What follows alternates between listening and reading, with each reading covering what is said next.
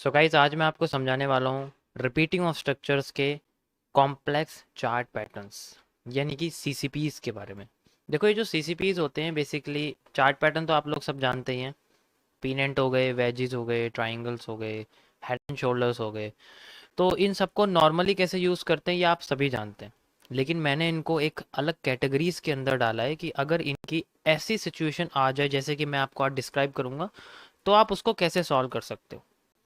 इसीलिए मैंने इनको कॉम्प्लेक्स चार्ट पैटर्न की कैटेगरीज में डाला है और इसको हम लोग रिपीटिंग ऑफ स्ट्रक्चर्स यानी कि प्रीवियस सप्लाई और डिमांड के बेसिस पे हम लोग इसको सॉल्व करने की कोशिश करेंगे। और इसमें मैंने इसमें कुछ हद तक 80% इसके सॉल्यूशन निकाला है कि अगर मार्केट में ये चीज़ होती है तो इसकी प्रोबेबिलिटी सबसे ज़्यादा है। तो उसको किस तरीके से सॉल्व करेंगे मैंने आज आपको इस वीडियो में बताना है। और आप इसको अच्छे से देखिए क्योंकि मैं इसमें आपको स्ट्रक्चर एक्सप्लेन कर दूंगा। उस पे काम करना आपके ऊपर है। जितना ज़्यादा आप इसको अच्छे से याद रखोगे मार्केट में, उतनी जल्दी आप वो स्ट्रक्चर्स पहचान पाओगे। मैं पहले ही बता चुका हूँ कि जो मैं आपको समझा रहा हूँ वो एमएमसी है, मिरर मार्केट है। तो आप बाय साइड की चीज़ों के बारे में याद रखोगे, सेल साइड की ऑटोमेटिकली आपको आ जाएगी क्योंकि उसका रिवर्स ही सब कुछ होता है। चलते हैं गाइस, तो मैं आज आपको बताता हूँ कॉम्प्लेक्स चार्ट पैटर्न्स के बारे में। रिपीटिंग ऑफ स्ट्रक्चर्स में जो बेसिक जो पैटर्न्स होते हैं जैसे कि अपने ग्लोबल पैटर्न्स हैं, पीनेंट, वेजिस। मैं पहले आपको इनका एक ग्लोबल सॉल्यूशन बताऊंगा और उसके बाद इनको किस तरीके से हम लोग एमएमसी के ज़रिए सप्लाई डिमांड के बेसिस पे अच्छे तरीके से सॉल्व कर सकते हैं। कुछ वीडियोस मैंने ऑफलाइन भी अपलोड कर रखी हैं यूट्यूब पे, आप वो भी देख सकते हो, बट यहाँ पर मैं थोड़ा सा और आपको क्लियर तरीके से बताऊंगा। So guys, we are on MMCs repeating of structure and I am talking about CCPs। अब ये जो कॉम्प्लेक्स चार्ट पैटर्न्स होते हैं ये इस तरीके से होते हैं कि भाई सिंपल तरीके से तो हमें पता ही है कैसे चलते हैं। पीनेंट आएगा, बनेगा, क्रॉस करेगा, ब्रेकआउट करेगा, भाग जाएगा ऊपर। कहाँ तक जाएगा इसका आंसर मैं आपको एमएमसी के जरिए दे सकता हूँ। तो सबसे पहले जो सीसीपी आता है वो आपके लिए आता है पीनेंट्स। पीनेंट्स हैं, वेजिस हैं और साथ ही साथ में आपके ट्राइंगल्स हैं। ये तीनों ही सीसीपीस के अंदर आते हैं। इन तीनों का सॉल्यूशन एक ही तरीके से निकलता है। जस्ट लाइक अगर मार्केट ऊपर जाती है, जस्ट लाइक ऐसे जा रही है, ठीक है, तो किसी ब्रेकआउट के करने के बाद जाती है, यानी कि यहाँ पर कोई मान लीजिए कोई डब्ल्यू टाइप पैटर्न था और उसका ब्रेकआउट मार्केट ने कर दिया और फिर जा रही है और फिर उसके बाद ऊपर से थोड़ी सी नीचे आती है, फिर एक पीनेंट की फॉर्मेशन बनाना शुरू कर देती है। अब इसका ब्रेकआउट कहाँ होगा इसके बारे में हर किसी को पता नहीं होता, कहीं भी हो जाता है। जरूरी नहीं है कि वो ऊपर ही होगा या नीचे भी होगा। तो इसके लिए हम सिंपली क्या करते हैं, इसके जो ऊपर के पॉइंट्स हैं इन सारे पॉइंट्स को कनेक्ट करते हैं और जो इसके नीचे के पॉइंट्स हैं इनको एक साथ कनेक्ट करते हैं and we have a line. इस तरीके से हमारे सामने एक ब्रेकआउट लाइन क्रिएट होती है एंड ब्रेक डाउन लाइन, दोनों बोथ साइड की लाइन हमारे सामने क्रिएट होती है। ठीक है, तो ये हमारे सामने क्या हो गया, एक ब्रेकआउट लाइन हो जाती है एंड ये हमारे सामने एक ब्रेक डाउन लाइट हो जाती है। वैसे तुम दोनों साइड को ब्रेकआउट भी कह सकते हो, ऐसा कुछ नहीं है कि तुम्हें इसको ब्रेक डाउन ही कहता है। ये तो बस सिंपल सा है कि हाँ नीचे की साइड आ रही है तो हम इसको ब्रेक डाउन कह सकते हैं। इसी तरीके से अगर मार्केट ब्रेकआउट करके ऊपर जाती है, वेज क्रिएट करते हैं, यानी कि अब वो वॉल्यूम कॉन्ट्रैक्शन नहीं कर रही। मैं आपको पहले ही बता चुका हूँ वॉल्यूम कॉन्ट्रैक्शन क्या होता है। तो इस केस में हम लोग जो पॉइंट्स कनेक्ट करते हैं वो ऊपर के करते हैं। इसका भी नहीं पता होता कि ये ब्रेक डाउन या ब्रेकआउट किस साइड देगा। तो इसके जो पॉइंट्स बहुत इंपॉर्टेंट होते हैं, हमें इन पॉइंट्स को कनेक्ट करना पड़ता है ताकि ये एक अच्छा सा एक लाइन हम लोग क्रिएट कर सकें, like this, just like this. And इसी तरीके से ट्राइंगल होते हैं। ट्राइंगल तो पीन एंड ट्राइंगल का ही पार्ट है, तो इसमें ऐसा कुछ नया बनाने की मुझे ज़रूरत नहीं। तो मान लीजिए ये जो हमारे सामने जो ये ब्रेक डाउन है और ये जो हमारे सामने ब्रेकआउट है, इसमें से किसी भी साइड मार्केट चली जाती है। जैसे कि हम कहते हैं कि मार्केट यहाँ से ब्रेक करके नीचे आती है, तो जब वो नीचे आएगी उसमें आपको किस तरीके से सप्लाई देखने को मिलेगी, मतलब जो रेड ट्रेंड है, जो डाउन ट्रेंड है, वो कितना होता। जो इसका डाउन ट्रेंड होता है वो बेसिकली इसके सारे अंदर के डाउन ट्रेंड के मतलब सारी की सारी रेड कैंडल्स को मिला के बनता है। हम इसका और अच्छा सॉल्यूशन दे सकता हूँ कि जितना मार्केट पीनेंट के पहले मूव से नीचे तक आई थी, यानी कि जितनी इसने सप्लाई ली थी, जितनी वाली सप्लाई थी मार्केट की, उतनी सप्लाई ट्रांसफर हो जाती है इसकी यहाँ पर। और जब ऐसा होता है मार्केट में, तब हमें मिलता है यहाँ पर एक रिवर्सल एरिया, और यही रिवर्सल एरिया हमें हेल्प करता है मार्केट के रियल मूव को फाइंड आउट करने के लिए। मार्केट यहाँ आती है और यहाँ पर मार्केट बनाती है कुछ बुलिश पैटर्न्स, जैसे कि hammer, hanging man, bullish engulfing, जो कि मार्केट में बार बार बन रहे हैं ना, वो वाले पैटर्न वो क्रिएट करती है, और फिर यहाँ से अपने आप को ऊपर ले जाती है। ये उतना ही ऊपर ले जाएगी जितना आपको यहाँ से लेके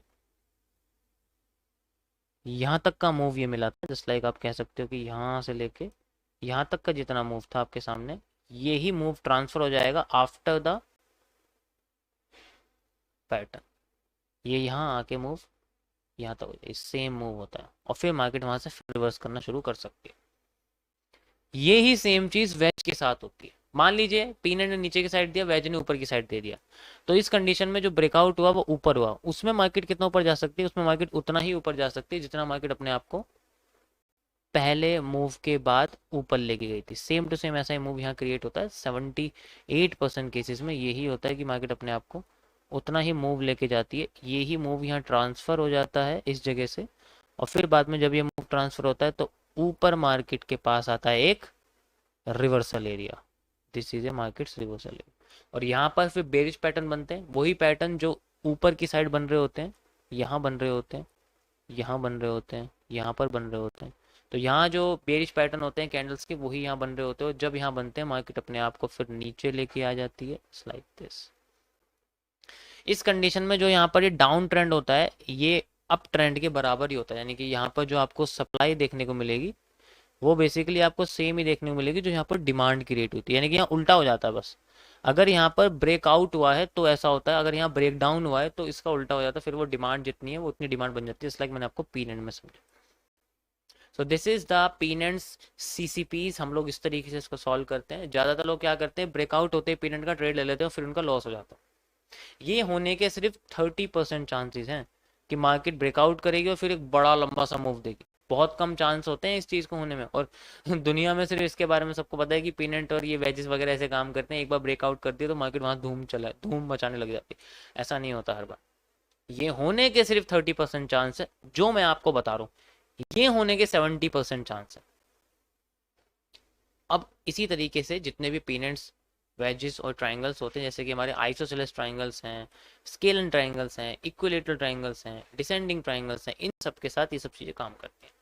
जितने भी आपके पास चार्ट पैटर्न्स हैं जिनमें ये सब होता है, सारे के सारे सीसीपीज इस तरीके से काम करते हैं। नेक्स्ट सीसीपी के बारे में बात करते हैं।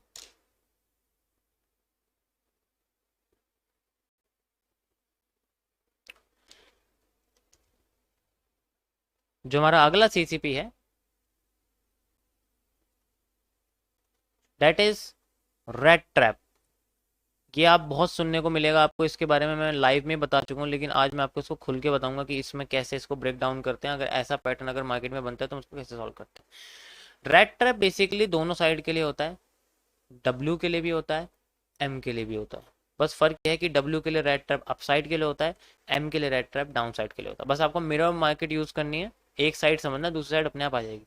तो मान लीजिए यहाँ पर मार्केट में एक एम बनता है और एम का ब्रेकआउट करके मार्केट नीचे आ जाती है, यहाँ से ऐसे करके आने के बाद वो अपने आप को ऊपर लेके जाती है और फिर एक डब्ल्यू का फॉर्मेशन करती है। फिर दोबारा डब्ल्यू के ब्रेकआउट पर, ये डब्ल्यू का एक ब्रेकआउट एरिया है, ब्रेकआउट करने के बाद मार्केट अपने आप को एक कंसोलिडेशन फेज में लेके आने लग जाती है, and this is called a red trap. यही एक रेड ट्रैप होता है मार्केट में, आप देख सकते हो। मैं आपको इसको दिखा देता हूँ, ठीक है।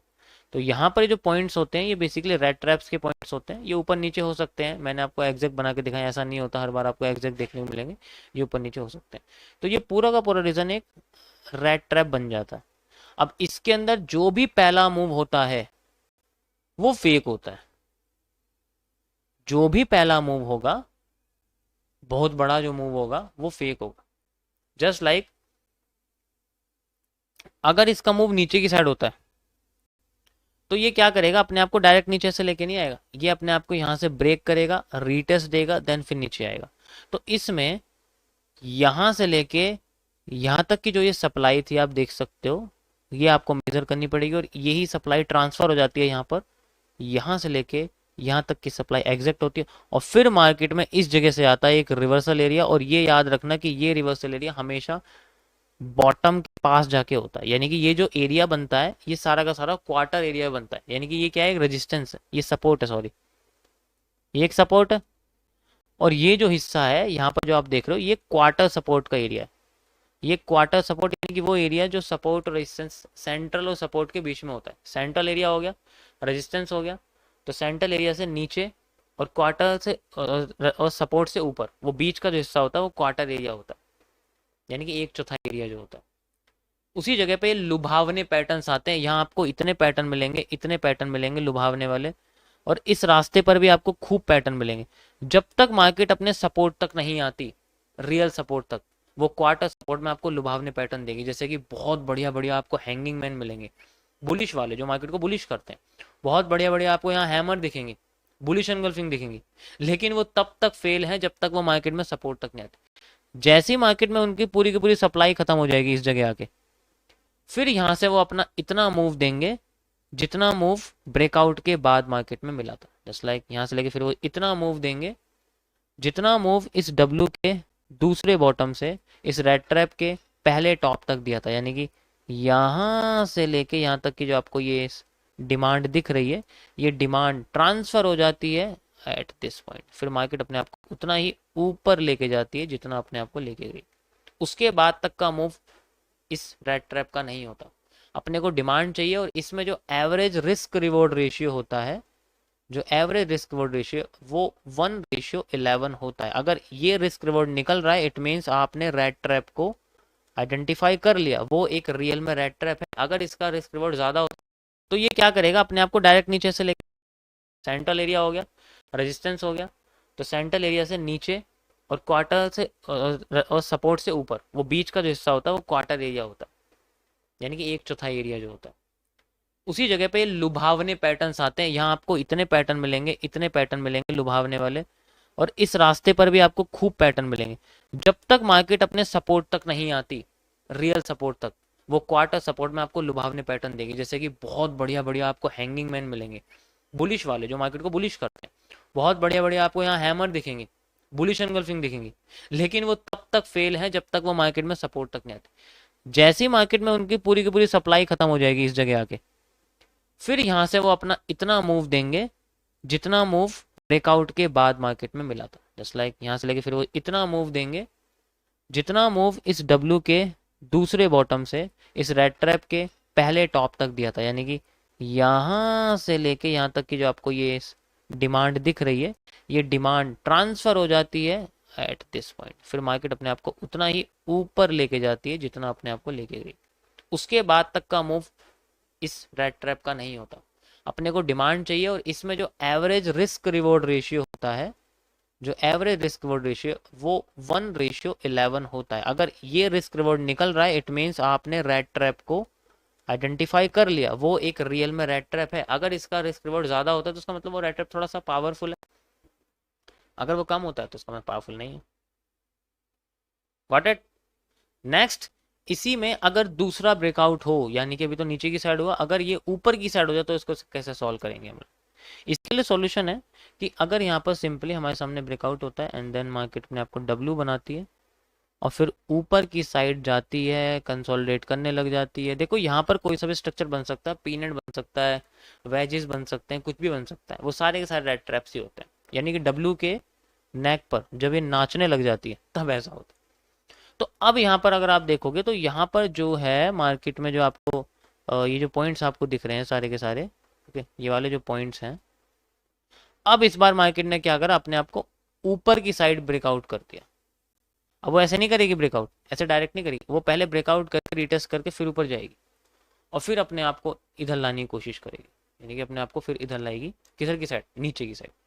तो यहाँ से लेके यहाँ तक का जो रीजन है आपके सामने, ये इतना मार्केट अपने आप को कॉपी पेस्ट कर देगी ऊपर की साइड, और जब ऐसा करेगी तो वो अपने आप को अपने रेजिस्टेंस से अंडर रखिएगा, बहुत सारे आपको लुभावने पैटर्न मिलेंगे मार्केट को डाउन साइड ले जाने के लिए। और जैसी मार्केट अपनी पूरी डिमांड जोन पे आ जाएगी, जहां डिमांड खत्म हो जाती है, फिर मार्केट एक रिवर्सल एरिया क्रिएट कर सकती है, एंड देन फिर मार्केट में एक रिवर्सल आ सकता है। और यहाँ पर जो आपको बेरिश पैटर्न दिखेंगे वो सबसे रियल होंगे, जो कि यहाँ पर वाले होंगे, यहाँ वाले होंगे, यहाँ वाले होंगे, और यहाँ वाले भी हो सकते हैं, यहाँ वाले भी हो सकते हैं। तो सारे पैटर्न्स पे आपको पूरी गिद्द की नज़र रखनी है, याद रखना है कि पहले क्या बना था और आगे क्या बनेगा, और उसके बाद मार्केट कितना नीचे गिर सकती है। जितना मार्केट ने अपने आप को पहले से नीचे गिराया था, उतना ही मार्केट अपने आप को नीचे गिरा सकती है, लाइक दिस। और यहाँ पर जो आपको डाउन ट्रेंड का ये हिस्सा मिलेगा, ये मार्केट के यहाँ से लेके यहाँ तक के हिस्से के बराबर होता है, ये ट्रांसफर हो जाता है इस जगह पे, और फिर मार्केट में हमें मिलती है एक रीटेस्टिंग। वो अलग बात है कि यहाँ से मार्केट क्या करे, ऊपर जाए नीचे जाए, लेकिन हमारे लिए जो मूव है रिवर्सल से वो यहाँ तक का पॉसिबल। सो ये होता है रेड ट्रैप। आपको इसको इस तरीके से यूज करना है, जब भी आपके सामने ऐसी कोई सिचुएशन आ जाए तो आपको, मतलब डब्ल्यू के बाद अगर कंसोलिडेशन करना शुरू कर जाए, देखो ये बहुत होता है, ये ही मार्केट के मैक्सिमम पैटर्न्स में आता है। मैक्सिमम जब भी मार्केट बनती है किसी भी दुनिया की, किसी भी करेंसी स्टॉक किसी में भी बनती है, तो उसमें ये पैटर्न जरूर बनते हैं। उसके तोड़ने का तरीका है ये। देखो ये मेरा अपना कॉन्सेप्ट है, ये आपको मेरे अलावा कहीं नहीं मिलेगा, इसलिए कह रहा हूं इसको अच्छे से समझ लेना। अगर ये समझ लिया आपने सप्लाई डिमांड में, कल मैं आपको रिपीटिंग ऑफ स्ट्रक्चर्स में समझा ही चुका हूँ, उसको बस यहाँ पर आपको कॉपी पेस्ट करना। Got it. Next next CCP हमारे सामने आता है, दैट इज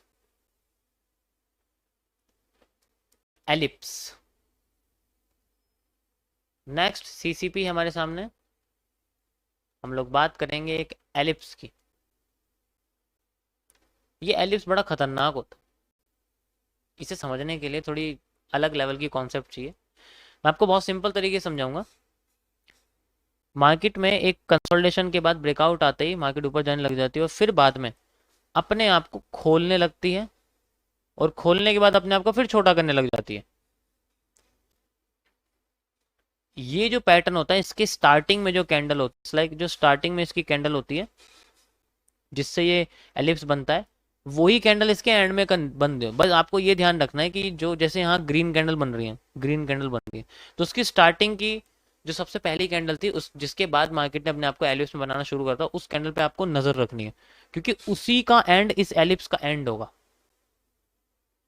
90% चांसेस हैं ऐसी कंडीशन एलिप्स के साथ क्रिएट होने की, कि जो लास्ट कैंडल है वही पहली कैंडल होती है, और फिर बाद में आपको मिलेगा एक अच्छा सा एलिप्स का स्ट्रक्चर।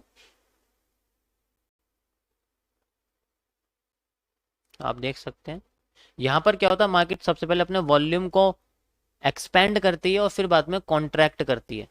एक्सपेंड का मतलब फैलाना, कॉन्ट्रैक्ट का मतलब सुकोड़ना। सो यहां पर आपके सामने मिलेगा ये वॉल्यूम एक्सपेंशन का case, and this is volume contraction. ऐसा तब होता है जब मार्केट किसी फेक मूव को क्रिएट करने के लिए ऐसा करती है। अब यहां पर ना बहुत सारे चांसेस हैं। पहला चांस ये है कि मार्केट सबसे पहले एलिप्स में एक ब्रेकआउट देगी, और वो फेक होता है।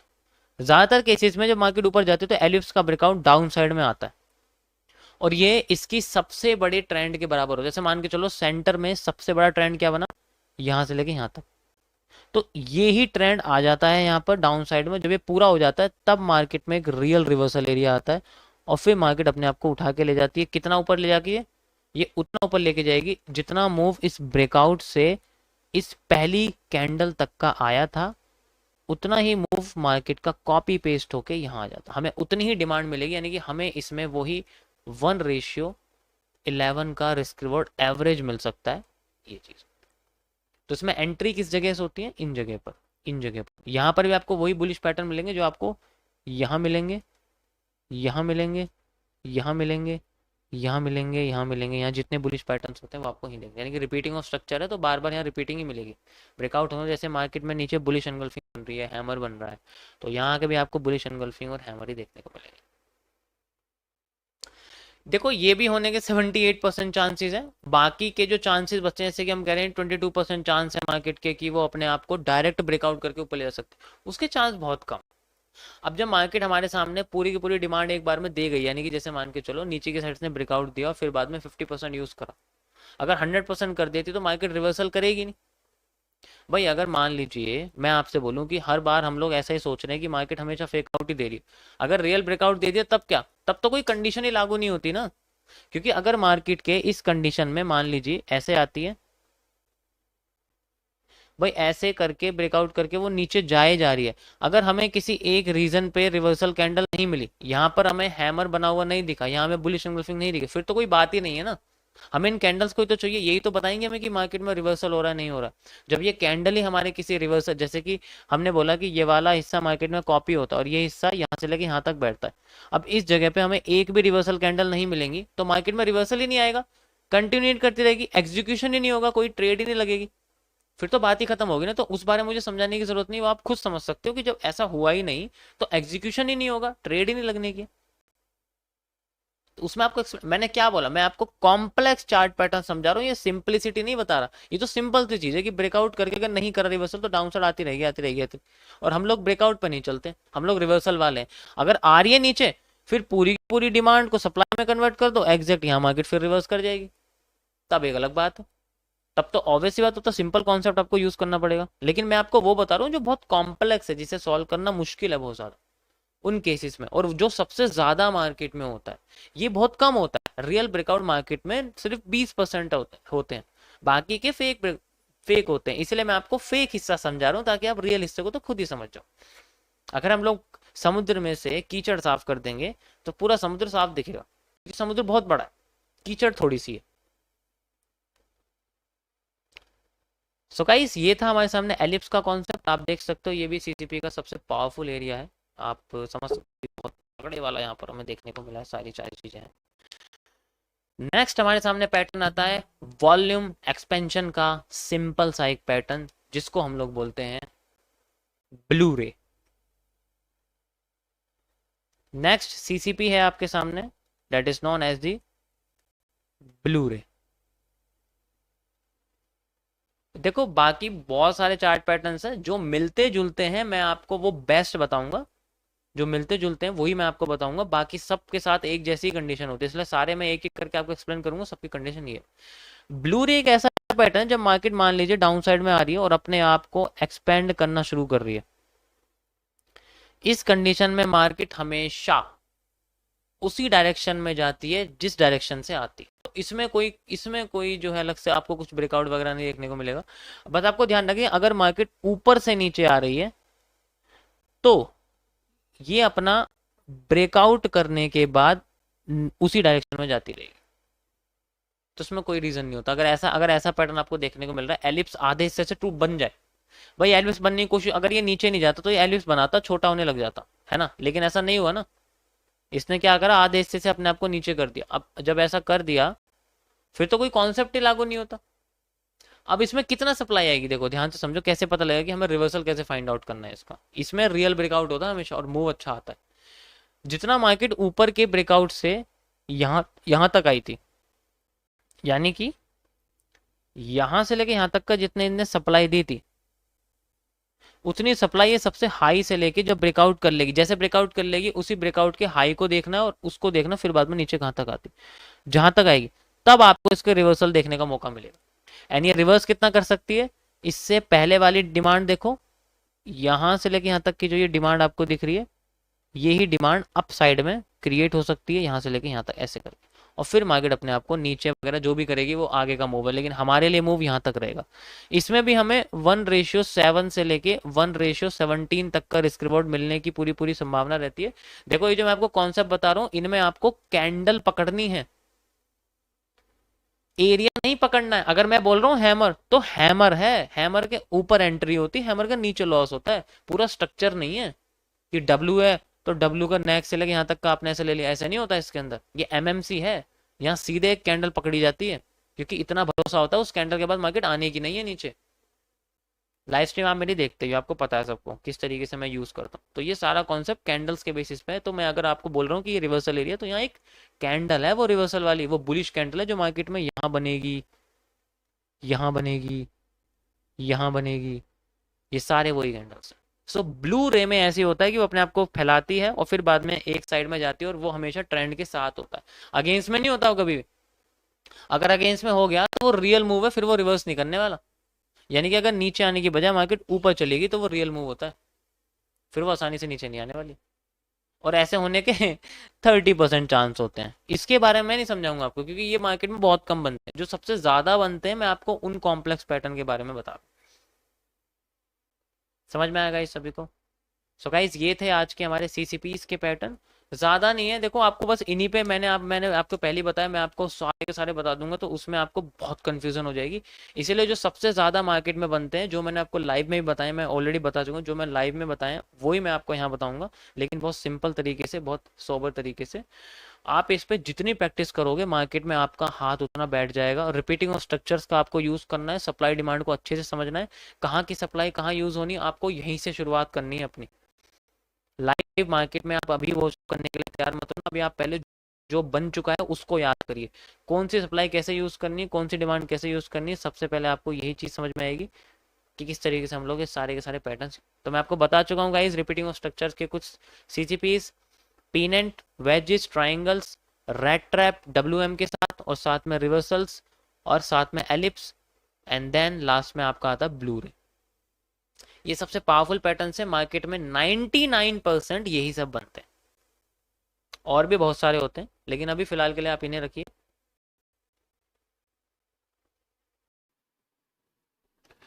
सो ये कुछ बेसिक्स थे।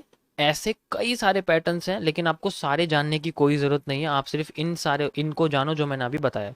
बाकी धीरे धीरे करके कुछ पैटर्न्स और हैं, लेकिन वो रिपीटिंग ऑफ स्ट्रक्चर्स में नहीं है, यानी कि वो आरओएस में नहीं आते, वो किसी और जगह पर आते हैं, तो मैं आपको तब वो बताऊंगा।